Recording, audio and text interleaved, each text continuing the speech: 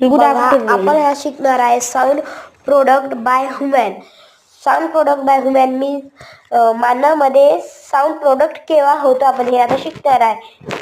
either speak a little loudly or sing a song or produce varying sound like a bee and your finger on your throat. Do you feel some vibration? बघा, तुम्ही तुमचा हात अगर तुमच्या घशावर ठेवला आणि जोर जोराने बोला किंवा मधमाशांसारखा आवाज काढला नाही तर मग गाणं म्हणा, तर तुम्हाला काय फील होणार? तुम्हाला घशामध्ये व्हायब्रेशन होण्यासारखं वाटणार. समजलं? एवढा पॅसेज तुम्हाला इथून एवढा बघा. In the human sound is product in the larynx. मानवामध्ये ध्वनी असतो. While swallowing food, we can feel with our finger and hand bump them seem to move.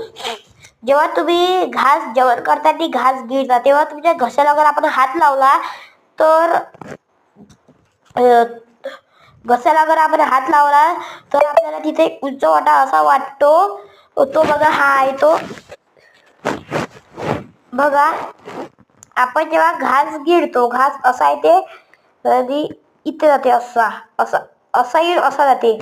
आपण जेव्हा घास गिळतो तेव्हा घास आपला इथून असा जाते ना, तर हे जो आहे की नाही, हा पाईप असा खुलतो आणि अन्न याच्या अंदर जाते, तर मग हा असा कंठाला फुगतो, तर इथं आपल्याला कंठ तयार होतो.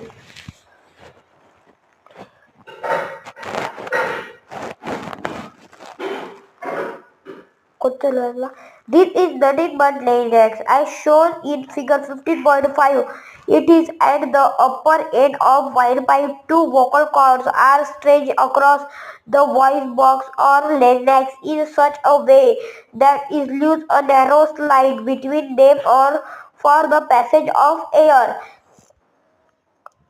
बघा, तुम्हाला हेच वाटतं तुम्हाला 15.5 ह्या डायग्राम मध्ये दाखवलेली आहे. बघा, मी डायग्राम काढली आहे. बघा, हा आपला वाईड पाईप आहे आणि म्हणजे हा वाईड पाईप आहे आणि हा फूड पाईप आहे. वाईड पाईप आणि फूड पाईप. आपण इथून असं अन्न खातो तेव्हा हा जो कंठ आहे असा वाढतो, तर मग इथे आपला असा उंच वाटा असा तयार होतो. तुम्हाला समजलं? आता आपल्याला लाईक करा, सबस्क्राईब करा आणि मी हे लिहिले आहे तुम्ही नोट डाऊन करून घ्या. Okay, bye. थ्रॉट मीन्स घसा, नॅरो मीन्स अरुंद, ह्युमॅनिक मीन्स गुणगुणे, स्लोनिक मीन्स गिळणे.